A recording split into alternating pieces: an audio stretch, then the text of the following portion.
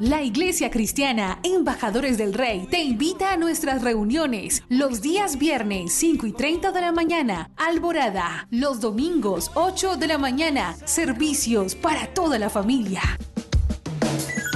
Usted es el hijo, la hija amada de Dios, en quien Dios tiene ¿qué? Complacencia.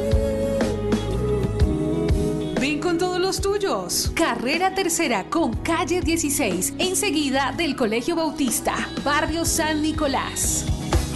Porque todos los que son guiados por el Espíritu de Dios, los tales son hijos de Dios. Por tanto, somos embajadores de Cristo. Tú eres todo lo que yo soñé, yo te amo.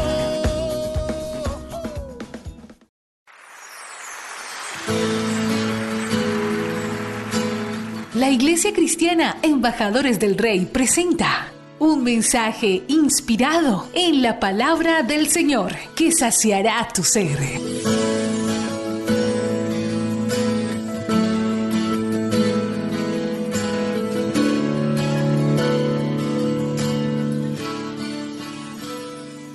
Hoy vamos a hablar acerca de la fe, porque la fe es sumamente importante, es lo primero que se necesita para entrar al reino de Dios. Y la Biblia dice en Hebreo 11:6 que sin fe es imposible agradar a Dios, porque es necesario que el que se acerca a Dios crea que Él existe y que Él recompensa a quienes le buscan. Amén. Entonces, para dar inicio, vamos a leer en la carta a los Hebreos, capítulo 11, verso 1 al 4. Es un pasaje muy famoso, conocido. Ok, dice la palabra: es pues la fe, la certeza de lo que se espera y la convicción de lo que no se ve. Porque por ella alcanzaron buen testimonio los antiguos. Por la fe entendemos haber sido constituido el universo por la palabra de Dios, de modo que lo que se ve fue hecho de lo que no se veía. Por la fe Abel ofreció a Dios más excelente sacrificio que Caín, por lo cual alcanzó testimonio de que era justo, dando Dios testimonio de sus ofrendas, y muerto aún habla por ellas. Amén. Poderoso, excelente, muy bueno. Entonces vamos a trabajar en esta preciosa mañana que el Señor nos ha regalado con esta parte de la fe. Aquí hay un punto que realmente me llamó mucho la atención, y es el punto que dice que por la fe Abel ofreció mejor o más excelente sacrificio. Es decir, que el dar, yo pensaba que era solo gratitud, pero acá veo que el dar también tiene que ver con la fe.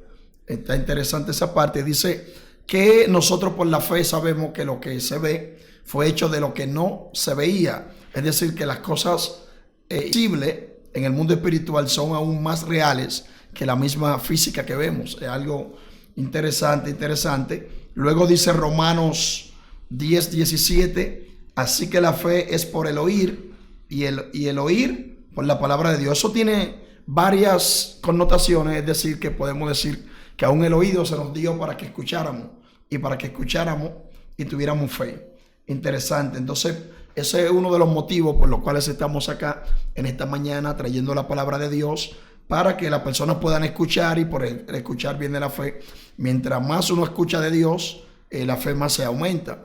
Y me gusta algo interesante que enseña la ciencia, pero que también lo practican lo que es los hebreos, y es en la mañana, cuando ellos despiertan, ellos se presentan a Dios, oran a Dios, porque ellos entienden que lo que se hace, lo primero que se hace en la mañana, los primeros 15 minutos, se queda trabajando en el subconsciente todo el día. Lo mismo en la noche.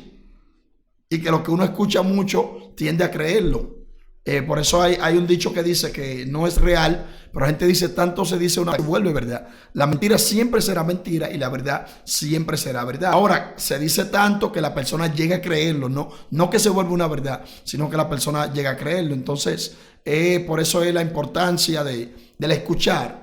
Cuando vemos en Deuteronomio, en el capítulo 6, desde el verso 1 en adelante, nos damos cuenta que Dios le decía a Moisés, y esta palabra que yo te mando hoy, hablará por ella en el camino, cuando te sientes, cuando te acuestes, cuando te levantes, o sea, a los hijos, o sea, repetírsela mucho para que la fe se mantuviera viva, constante, y tuvieran a Dios presente. Luego tenemos uno de mis pasajes favoritos.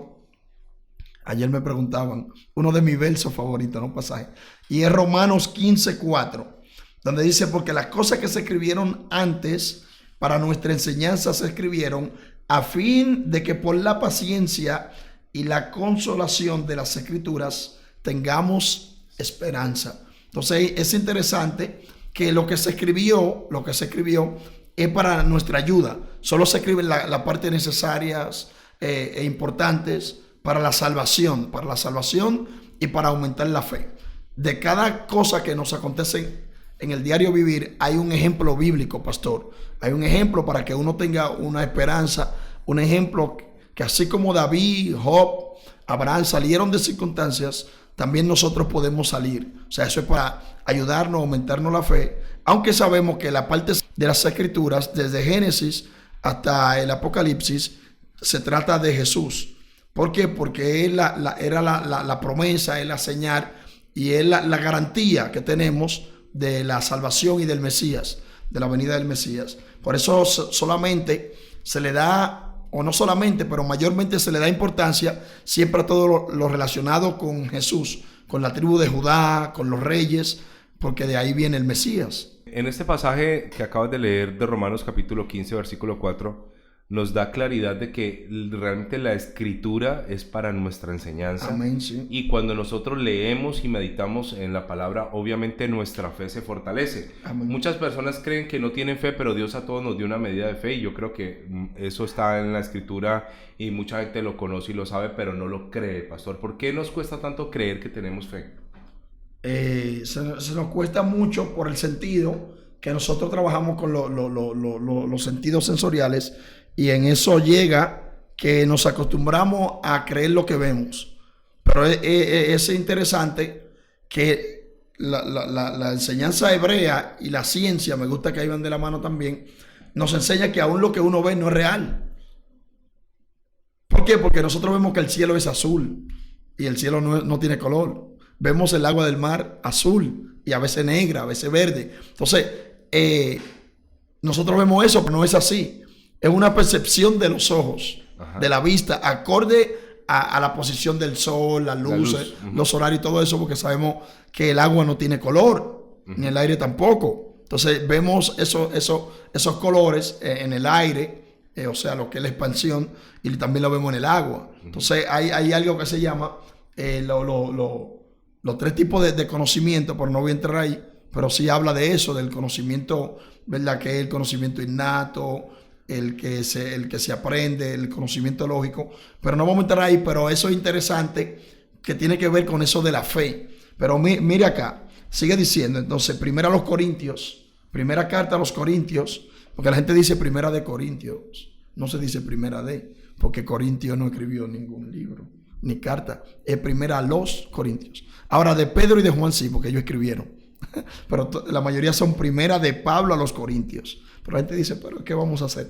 Vamos a dejarlo así. Primera a los Corintios capítulo 10, verso 11, dice: y estas cosas les acontecieron como ejemplo y están escritas para amonestarnos a nosotros, a quienes han alcanzado los fines de los siglos. Es decir, que lo que se escribió es para enseñarnos. Pero es interesante que en este pasaje está haciendo alusión a lo que pasó en los 40 años en el desierto, cuando murmuraron. Y está haciendo, ahí se hace una recopilación de las cosas buenas y malas que le pasaron. Entonces, las cosas malas, tenemos ejemplo también en el Nuevo Testamento, Nuevo Pacto, cuando Ananías y Zafira mienten, mueren. Pero hay muchísimas personas que mienten y no se mueren. ¿Por qué? Porque ellos fueron los pioneros en esa área, que lo pusieron como ejemplo de cuán grave es el pecado. Procedió matar a todo el que mintiera, tuviera el planeta vacío. Totalmente. Entonces ellos fueron los pioneros, y eso se escribió para que nosotros viéramos la gravedad de la mentira. Entonces seguimos ahí y vamos a hablar ahora de los diferentes tipos de fe, pues ya que hablamos de fe en el contexto griego, y luego si el tiempo nos ayuda, en el contexto hebreo. Entonces, por ejemplo, si vemos Santiago, la palabra para fe en griego es la palabra pistis, que es fe. Pero si vemos acá en Santiago 2:9, dice: tú crees que Dios es uno, bien haces. También los demonios creen y tiemblan. Es decir, Santiago está poniendo una claridad y enseñando acerca de lo que es la fe. Porque decíamos en un programa anterior que la gente dice, yo tengo fe más que muchos cristianos. Yo tengo mucha fe, pero no sirve a Dios. Entonces, Santiago está diciendo que la fe como existencia de Dios, de que Dios existe, es bueno saberlo y todo el mundo lo sabe. Aún los animales saben que Dios existe. Yo te diría, ¿cómo es? Claro, ellos le claman a Dios. La mayoría de los animales cuando cantan es un tipo de adoración o un tipo de pedido. Y eso lo puede ver, por ejemplo, en los programas educativos de televisión. No voy a mencionar los nombres para no darle payola, pero ahí enseñan que ciertos animales, cuando tienen sed, cuando no llueve en el desierto, hacen un tipo de sonido, o sea, pidiendo lluvia. Y luego que llueve y beben y están saciados, hacen otro tipo de canto, es decir, que algo pedían. Es interesante entonces el saber que Dios existe, importantísimo. Pero la fe, esa es la fe neutral, porque dice que los demonios, desde ese punto de vista, tienen más fe que nosotros, porque los demonios, cuando se habla del nombre, tiemblan, dice ahí. Y muchos de nosotros no temblamos. Es decir, Santiago lo que está diciendo, de esa fe, como existencia, los demonios tienen más fe que nosotros. Ahora, la verdadera fe es la obediencia, la fe que obedece. Entonces, vemos en Mateo 14:31, dice: al momento Jesús, extendiendo la mano, asió de él y le dijo: hombre de poca fe, ¿por qué dudaste? Aquí está hablando de Pedro. De Pedro, cuando Pedro caminó sobre las aguas, que Pedro dudó en un momento determinado, pero primero tuvo fe porque caminar sobre las aguas no era algo sencillo. Solamente se podía caminar sobre las aguas en el mar de salado, porque tenía tanta sal que todo lo que se tiraba ahí flotaba. Pero en este momento no están en el mar salado, que se llama Mar Muerto. El mar muerto, pero en hebreo se llama Yam HaMelach, mar salado, pero como tiene tanta sal, no hay vida. Denso. No hay vida, entonces lo llaman mar muerto, pero realmente el nombre original es mar de sal, o salado, igual que el mar rojo. No se llama mar rojo, se llama mar de uncos. Se llama Yansuf, mar de uncos. La palabra suf también significa fin, es decir, que eso representaba el fin para cualquiera que fuera en esa trayectoria. Pero luego, algunos estudios han demostrado que los uncos eran rojos y se veía como algo rojizo. Pero aparte de eso, también en inglés, para decir rojo es red. Entonces, para decir unco es red. Entonces, hubo una confusión en una traducción en inglés que se borró una E. Entonces, decía, o sea, en vez de decir reed, que significa uncos, dijo red, porque se le borró una E, y red es rojo. Y de ahí viene eso de mar rojo. Sí, pero está bien, no hay ningún problema con eso. Pero seguimos acá. Entonces, Pedro pudo caminar unos pasos sobre las aguas.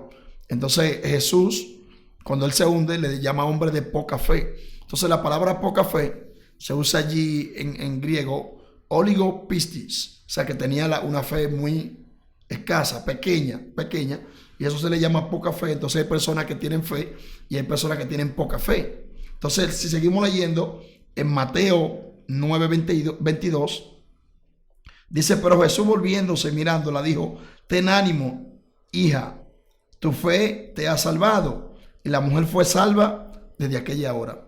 Entonces, tu fe, aquí está hablando de la fe salvífica. Pero esta fe no solamente salva, porque hay personas que tienen fe de que Dios les salva, pero no tienen fe de que Dios pueda hacer un milagro y suplirle o sanarle. Oiga eso. Tienen fe, que es la más importante para la salvación, pero no tienen fe para recibir un milagro. Sin embargo, hay personas que tienen fe para recibir un milagro, pero no tienen la fe salvífica. Porque hay personas que no son creyentes y le piden la oración a uno. Pastor, ministro, maestro, ore por mí que me duele la cabeza, y uno ora. Y al instante recibe la sanidad y dice: gracias, mire, se me quitó inmediatamente. Pero sin embargo no sirven a Dios. Está viendo los diferentes tipos de fe.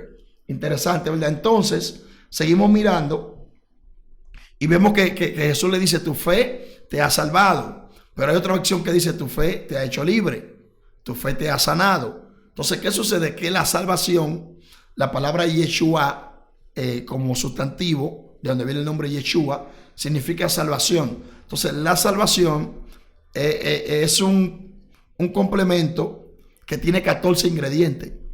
Es decir, que cuando una persona es salva y acepta al Señor, dentro de la salvación viene la sanidad, viene la prosperidad, viene la liberación y trae 14 bendiciones, un paquete completo, con todo, ahí no falta nada. Es una canasta con de todo. Amén, pastor, si tiene algo. No, señor. Ok, seguimos. Entonces, seguimos mirando y nos damos cuenta que en Mateo 15, 28, habla de una fe grande. Dice, entonces respondiendo Jesús dijo, oh mujer, grande es tu fe, hágase contigo como quieres. Y su hija fue sanada desde aquella hora. Aquí está hablando de la mujer sirofenicia, que es la mujer cananea. Y hay personas que me han preguntado, maestro, ven acá. Acá hay como una contradicción porque dice que la mujer era sirofenicia y luego dice que cananea. En una versión dice, o sea, en un evangelio dice sirofenicia y en otra dice cananea. Hay un problema, o es la misma mujer. Digo yo, claro. Lo que pasa es que si tú me dices a mí que tú eres caleño y luego le dices a mi amigo que tú eres colombiano, no está hablando mentira porque Cali está dentro de Colombia y eso es lo que pasaba con la mujer. Pero a veces la gente se turba y se preocupa mucho por eso, porque dice, pero ven acá, aquí dice una cosa, no, es lo mismo. Y eso hay un sinnúmero de pasajes que cuentan cosas así y la gente se turba. Los estudiosos me han preguntado, maestros y doctores, ven acá, ¿por qué la Biblia dice que el Mesías se iba a llamar Emmanuel y luego se llama Jesús?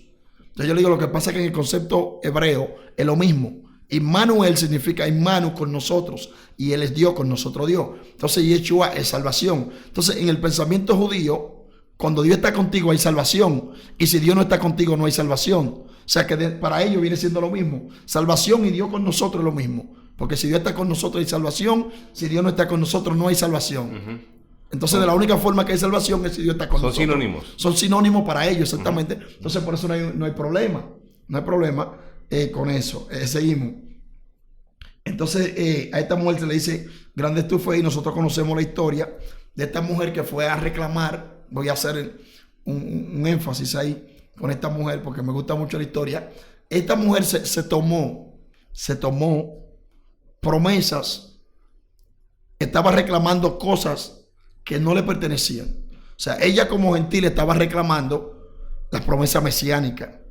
Y ella era muy, muy sabia porque ella usó la terminología que conectaba al judío con un milagro, que era reconocer quién era el Mesías. Entonces, cuando una persona decía Jesús, hijo de David, él lo estaba comprometiendo y le estaba diciendo con eso que Jesús estaba prácticamente casi obligado a hacer el milagro, porque la Biblia dice que cuando viniera el Mesías iba a haber sanidad. Los ciegos iban a ver, los sordos iban a escuchar, los mudos iban a hablar, los paralíticos se iban a parar, los cojos iban a caminar y todas esas cosas. Entonces, cuando una persona decía Jesús, hijo de David, ten misericordia de mí, lo estaba reconociendo como el Mesías. Porque lo que se necesita para la salvación y para los milagros también es lo primero, reconocer que Jesús es el Mesías, es reconocer que Jesús es el Salvador. Entonces, por eso ellos decían eso. Jesús, hijo de David, ten misericordia de mí. O sea, yo reconozco que tú eres el Rey, tú eres el Mesías enviado por Dios. Tú eres el esperado, tú eres el amado. Y la mujer hace eso. Entonces la mujer, como era sirofenicia, era cananea, está reclamando una bendición, una promesa para los judíos.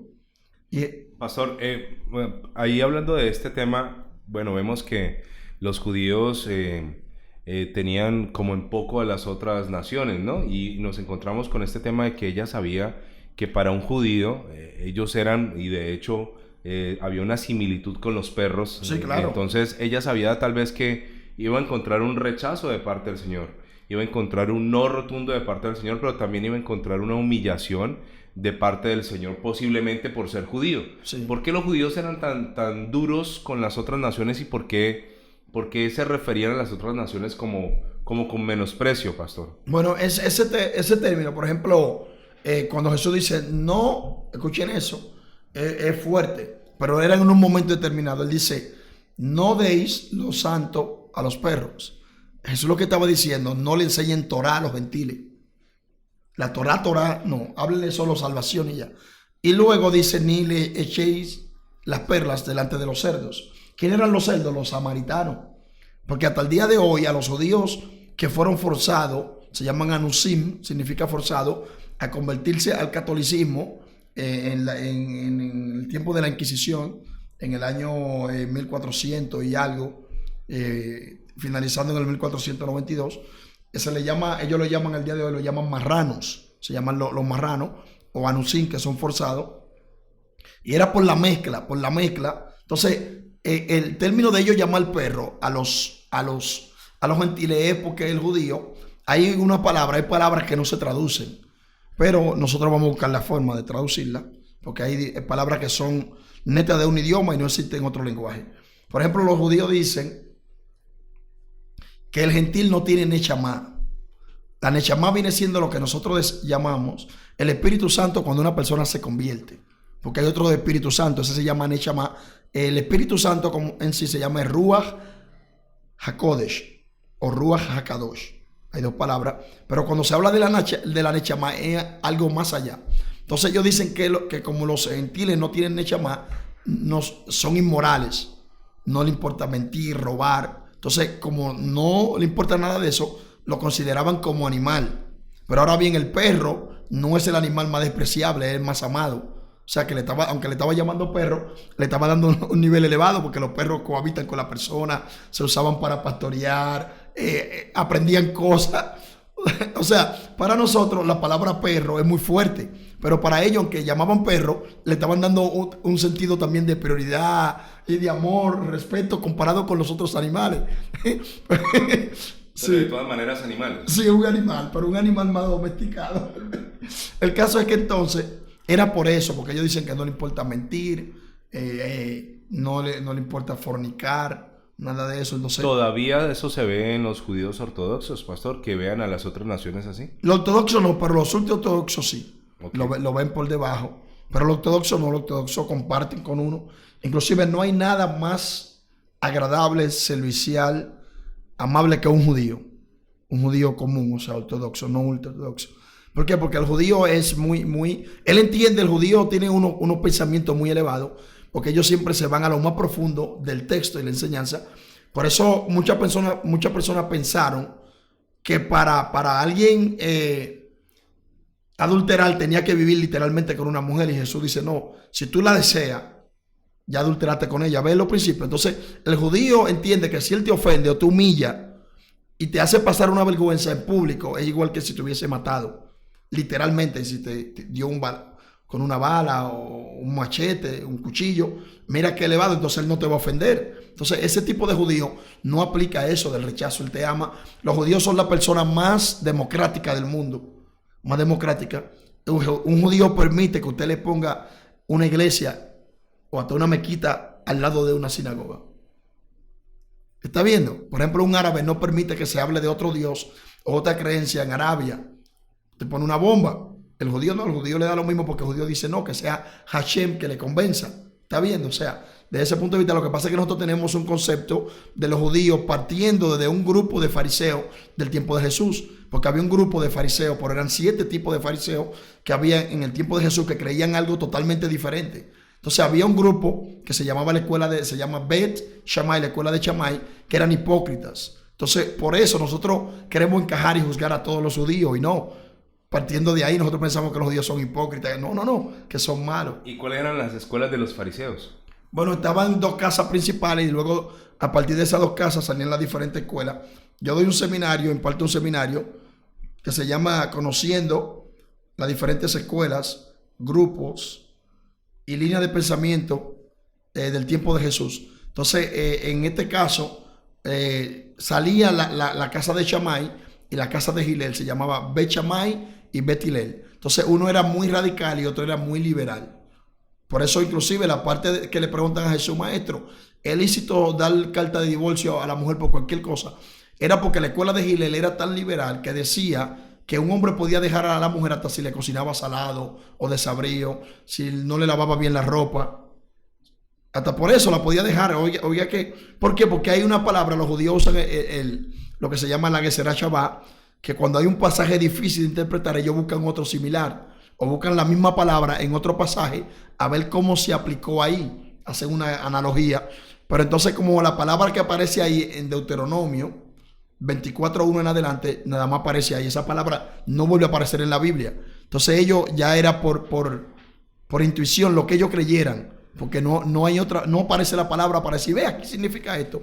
Entonces ellos entendían, la palabra dice ahí algo indecente. Entonces Hillel, la escuela de Hillel entendía que algo indecente era eso, hasta que la mujer cocinara malo ese día. Algo sin importancia. Sin importancia, pero la escuela de Shammai, Bet Shammai decía que se refería específicamente a un pecado de sexualismo, que era adulterio o fornicación, literalmente. Entonces la escuela de Shammai decía, no, mira, la mujer puede no cocinar salado, te puede pegar la olla caliente en la cara y tú no la puedes dejar porque esa es tu mujer. ¿Entiendes la diferencia? Entonces, lo que van allí a preguntarle, porque cuando se hacen esos estudios de la escuela de pensamiento, aun cuando alguien le pregunta algo a Jesús, o cuando Jesús le responde, por la pregunta o la respuesta de los evangelios, uno sabe de qué escuela era. Interesante. Entonces esos estudios son sumamente una plataforma y una base, un fundamento para luego uno enseñar y predicar los evangelios. Entonces los que van y le preguntan son de la escuela de Shammai, pero ellos le preguntan delante de la escuela de Hillel porque ellos saben que en ese punto Jesús está de acuerdo con ellos. Es como yo, cuando yo discuto algo con alguien, yo no discuto, pero pongamos el ejemplo de política, y yo soy de X partido. Cuando yo voy a discutir algo a favor del partido, yo voy donde alguien que se queda del partido y digo, pregúntale a fulano. ¿Entiendes? Entonces uno busca siempre el apoyo. Y cuando no tiene el apoyo, son personas desconocidas, uno inconsciente o conscientemente, uno impulsa al otro a que diga lo que uno quiere. ¿Verdad que tal y tal cosa? Uno le pone el sí cuando quiere que diga que sí primero. Cuando uno quiere que diga que no, dice que no. ¿Tú vas a creer que? O sea, le trae a la mente. Y es lo mismo que también usó Satanás con Jesús. Sí, en verdad, un condicional que te quiere guiar hacia un propósito, un destino. Entonces eso era lo que pasaba con eso, con la secuela. Entonces Jesús explicó, y en ese punto Jesús se fue y estuvo de acuerdo con la escuela de Shammai. En el único punto que Jesús estuvo de acuerdo con esa escuela. Después la mayoría de las enseñanzas de Jesús iban en contra de esa escuela. Entonces me gustó algo de Jesús, que enseña a Jesús con su vida y sus enseñanzas, lo que decía Pablo, o lo que dice Pablo en la primera carta a Tesalónica, o sea, primera Tesalonicenses 5:21, dice, examinarlo todo y retener lo bueno. Jesús todo lo bueno, y Pablo, los discípulos de una escuela, ellos lo seguían. Y lo malo lo rechazaban. Pero a veces nosotros lo rechazamos, aún lo malo, aún lo bueno, porque viene de otro pensamiento. No lo recibimos. No lo recibimos okay. Por de donde viene. El judío no es así. Okay. El judío, si es bueno, y si es malo. No importa. Claro, no importa el origen, y así debería ser. Okay. Entonces, ese era el pensamiento que tenían de eso, de perro, porque eran inmorales y cometían adulterio, mentira, robo. Y los animales viven así, no le importa, no usan el remordimiento. Entonces, ellos dicen que los gentiles, si no se convierten al judaísmo, no tienen nechama. Lo mismo que nosotros enseñamos. La persona cuando se convierte, viene el espíritu, y el que mentía ya no miente. Okay. Y quizás no lo deje inmediatamente, porque una persona que habla 100 mentiras al día y se convirtió hoy, mañana 2 o 3 se le van. Claro. Forma parte del proceso. Sí. Pastor, quiero hacer aquí un paréntesis en lo que tú estás hablando y hacer una claridad. El pastor Juan Frías, tú no eres judío mesiánico. No, yo soy evangélico, okay. Pentecostal. Ok. Sí. Sí, no quiero que de pronto en esta corriente se malinterprete de pronto lo que tú estás hablando de las raíces y se crea que tú eres judío mesiánico. No, tú eres cristiano normal. Evangélico, pertenezco a un concilio de los más famosos del mundo, porque está el concilio Asamblea de Dios, el más famoso a nivel mundial, que ha llegado a más países. Después le sigue el concilio de Iglesia de Dios, y luego estaba la profecía, pero ahora está la MI. Yo pertenezco a la MI, después la profecía. Okay. Son los 4 concilios a nivel mundial más famosos. Entonces, la gente que sabe cómo se manejan los concilios, saben que tienen su norma, tienen su manual okay. de conducta, de doctrina y todo eso. Y mis enseñanzas, yo nunca me salgo de ahí. Muy bien. Exactamente. Sigamos con la mujer sirofenicia. Entonces, ¿qué ocurrió con la fe de esta mujer? Entonces, esta mujer está reclamando una bendición que no le pertenece. Entonces Jesús, como los discípulos están ahí, él quiere darle una enseñanza con la mujer, porque él no está enseñando a la mujer, él sabe lo que hay en el corazón de la mujer. Miren lo interesante, él está enseñando ya a los discípulos. Imagínense que cuando Jesús hace creer que la está ignorando, imagino que los discípulos estaban contentos. Qué bueno que el maestro la está ignorando porque es gentil. Y luego yo le hacen una propuesta a Jesús. Dice, ¿quiere que la despidamos? Porque viene ahí dando voces.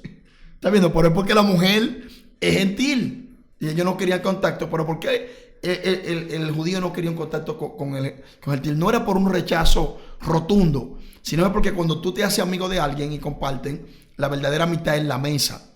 Entonces los gentiles comen de todo, el judío no puede. Entonces para ellos también es una vergüenza negarse y decirle que no a alguien. Que usted le brinde a alguien y decirte no. Entonces entonces él no quiere rechazarte. Entonces ellos, tratando de evitar todos esos puntos, llegaban a una separación total. No quiero hacerme amigo de él porque me va a brindar comida, va a querer que yo vaya a su casa a comer y yo no voy a comer porque el hombre come cerdo, el hombre come de todo, el hombre come sangre y yo no como sangre. A lo que más miedo le tienen los judíos es a la sangre, más que todo. Entonces me va a dar comida con sangre. O sea, decimos con sangre cuando el animal no se mata de la manera correcta.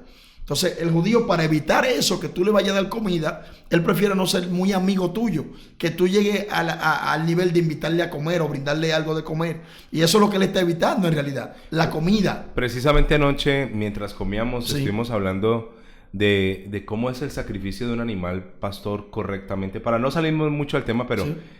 yo no quiero que le quede al oyente como, bueno, ¿y cómo es la forma correcta? ¿Cómo es la muerte de un animal en manos de un judío y cómo es normalmente para nosotros? Bueno, en manos del judío, el animal, él tiene que asegurarse que está sano, en salud, que no está golpeado, no está maltratado. Si está golpeado o maltratado, no lo puede comer. Y nosotros vemos normalmente que los pollos se maltratan mucho en los viajes, en los camiones. Cerdos, las vacas. Y todas esas vacas. Por ejemplo, las vacas las matan, le dan corriente primero y luego. O sea, abusan del animal. Entonces el judío no puede comer un animal que haya sido maltratado. Una por el maltrato y otra por la sangre que le queda dentro. ¿Por qué? Porque cuando Dios crea al hombre, a Adán y Eva, a los seres humanos, porque usamos el término hombre no como género masculino, sino como raza, como la raza humana, género humano.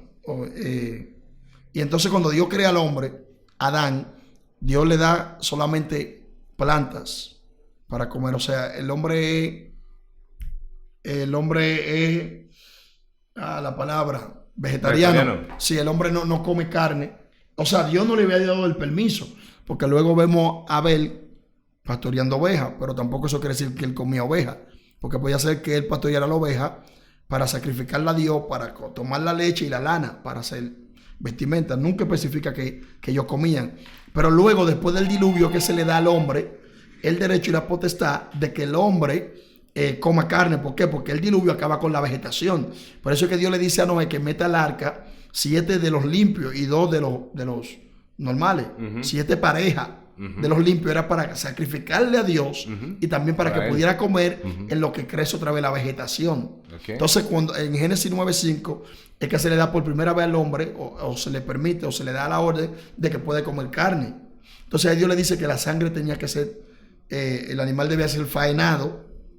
O sea, se debe degollar de la manera correcta y sacarle la sangre. Y luego dice hasta el proceso de la sangre, un estatuto para eso, de que la sangre tenía que ser vertida en tierra y luego cubierta, tapada.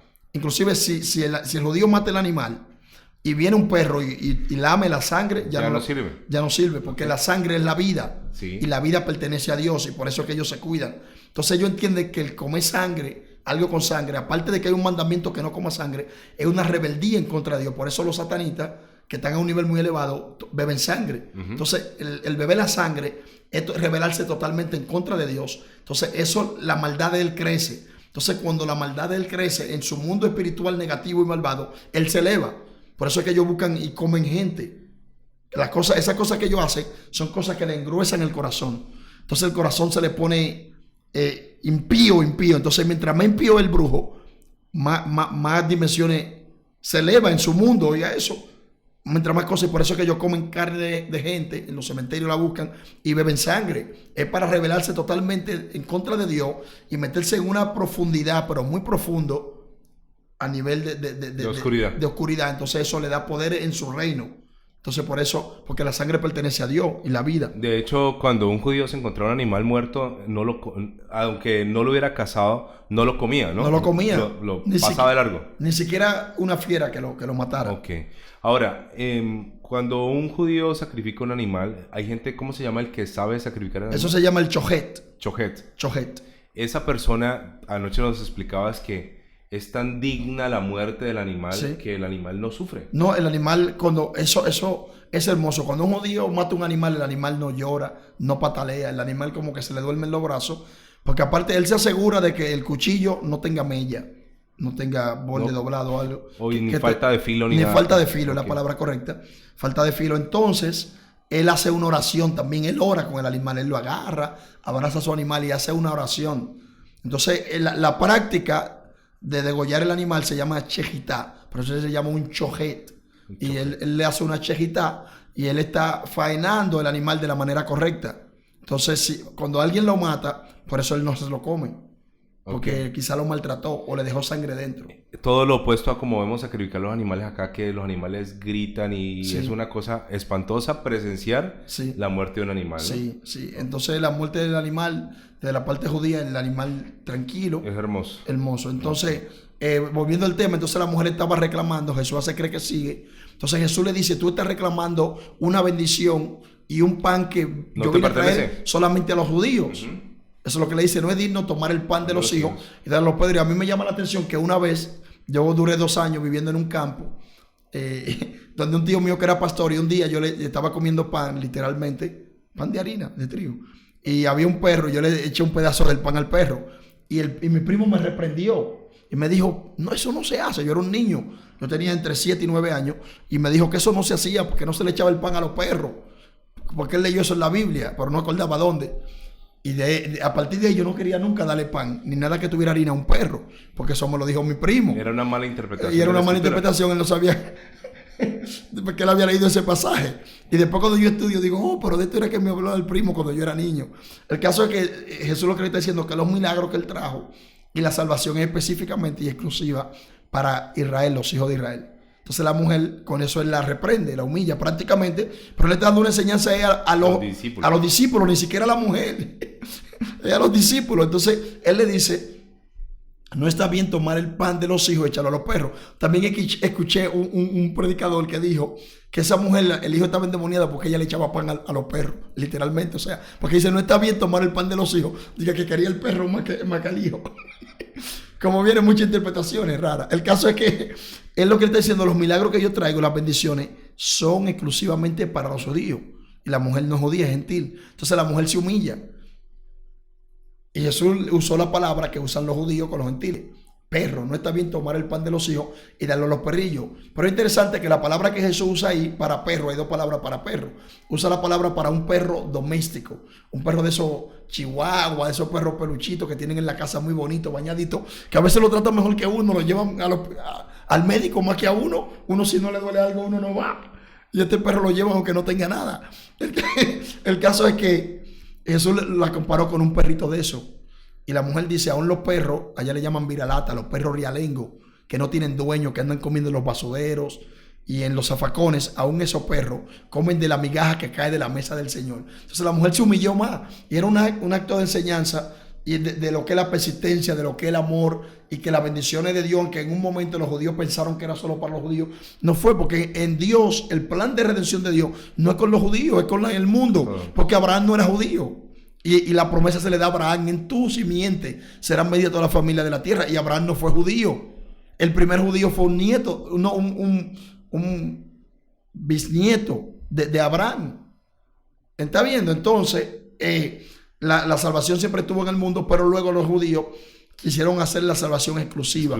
Y eso es lo que Jesús le está enseñando a los discípulos con la mujer samaritana. Ahora bien, en la migaja dice que Lázaro deseaba comer de la migaja que caían de la mesa del rico. Y la mujer dice que los perros comen aún de la migaja que caen de la mesa del Señor. Entonces, nosotros creemos que migaja, en mi país migaja, son esas boronitas. Harinas. Sí, esa harinita que caen, pero para el judío eso no es la migaja. La migaja es toda la parte gruesa del pan, como cuando usted compra una pizza. Usted ve que hay mucha gente que deja el ruedo así, nada más como lo del medio, porque es duro, está quemado. El borde, ajá. Eso era la migaja, porque eso los judíos lo usaban como servilleta.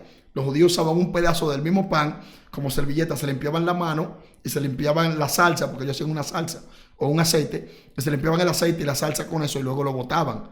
Entonces la migaja también es otra cosa muy diferente a lo que nosotros creemos. Entendemos. Sí, porque es que de una migajita, imagínense, no sirve para nada. Y dice que Lázaro ansiaba comer de la migaja que caían de la mesa del rico, y eso no Pastor, quedan unos breves minutos en para terminar la fe. La lección de la fe. Sí, entonces vamos a cerrar ahí. Entonces, hablamos de esa fe, de la pistis normal, hablábamos de la oligopistis, y la última que estábamos hablando era de la megalo. Megalo es grande, de ahí viene megalopistis, que es la fe gigante, fe grande. Entonces nosotros sabemos que tenemos a Abraham como el padre de la fe, y Abraham es interesante que es el padre de la fe, aunque luego Jesús dice que encontró gente con más fe hasta que Abraham. Pero Abraham ya tenía ese título, no se lo podían quitar. Jesús dice, ni aún en Israel he hallado tanta fe. Pero Abraham es el padre de la fe. Escuche bien eso. En la religión hebrea, padre de la fe Abraham. En la religión musulmana, Abraham sigue siendo el padre de la fe. Y en el cristianismo, Abraham es el padre de la fe. O sea, mire qué fuerte. Es el padre de la fe en 3 religiones diferentes y las 3 más grandes del mundo.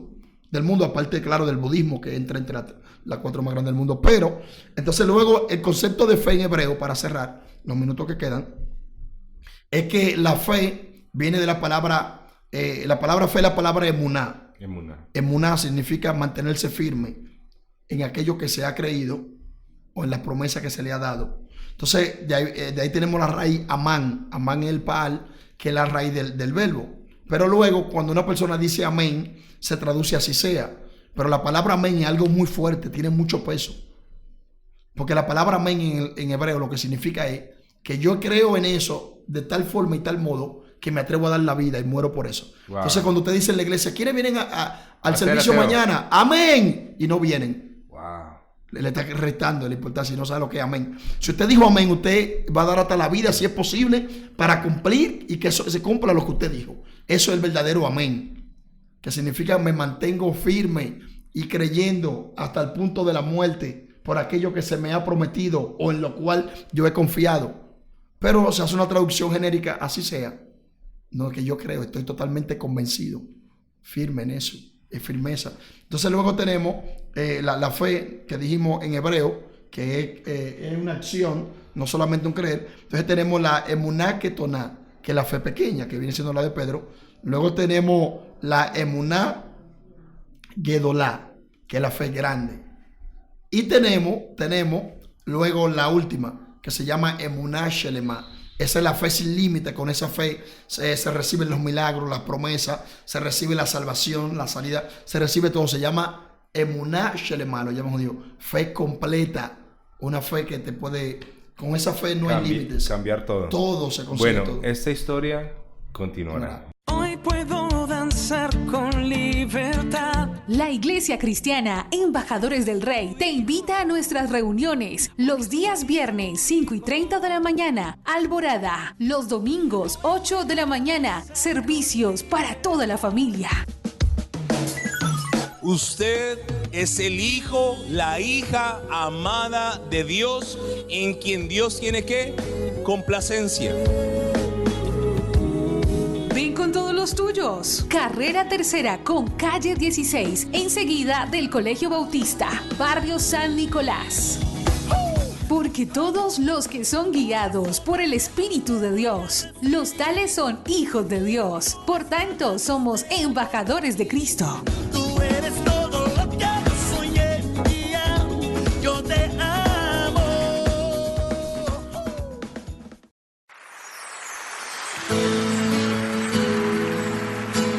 La Iglesia Cristiana Embajadores del Rey presenta un mensaje inspirado en la palabra del Señor que saciará tu ser.